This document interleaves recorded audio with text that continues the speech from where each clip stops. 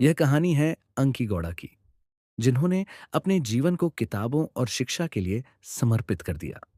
कर्नाटक के एक छोटे से गांव में जन्मे अंकी गौड़ा का बचपन बहुत साधारण था।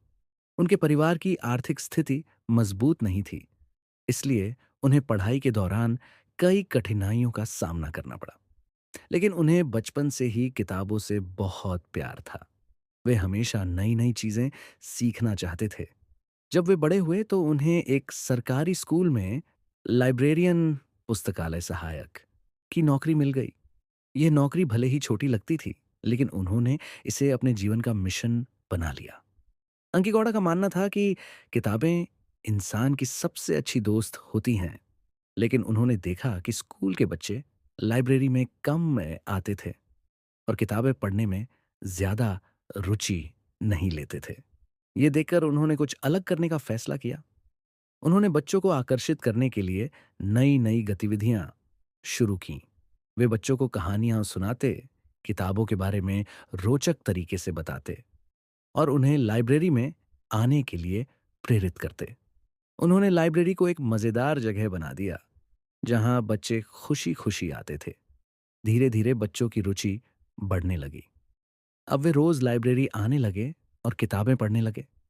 अंकी गौड़ा ने यह भी सुनिश्चित किया कि हर बच्चे को उसकी पसंद की किताब मिले।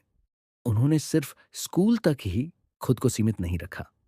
वे गांव-गांव जाकर लोगों को पढ़ाई के महत्व के बारे में बताते थे। उन्होंने कई जगह छोटे-छोटे पुस्तकालय भी शुरू करवाए, ताकि हर कोई किताबों तक पहुंच सके। उनकी मेहनत का असर यह हुआ कि उनके क्षेत्र में पढ़ाई का स्तर बेहतर होने लगा। बच्चे अधिक जागरूक और समझदार बनने लगे। अंकी गौड़ा बहुत ही सरल और विनम्र व्यक्ति थे। वे कभी अपने काम का दिखावा नहीं करते थे। उनका एक ही लक्ष्य था, हर बच्चे तक ज्ञान पहुंचाना। उनके इसी समर्पण और समाज के लिए किए गए कार्यों को देखते हुए भारत सरकार ने उन्हें पद्मश्री पुरस्कार से सम्मानित किया। ये उनके लिए बहुत गर्व की बात थी, लेकिन वे हमेशा की तरह विनम्र बने रहे। उनकी कहानी हमें यह सिखाती है कि कोई भी काम छोटा नहीं होता। अगर हम उसे पूरे दिल से करें, तो वह काम भी बड़ा बन जाता है। बच्चों, अगर आप भी अंकी घोड़ा की तरह बनना चाहते हैं, तो किताबों से दोस्ती कर लो। रोज थोड़ा-थोड़ा पढ़ो और नई-नई बातें सीखो। याद रखो, ज्ञान ही असली ताकत है और किताबें उस ताकत का सबसे बड़ा स्रोत हैं।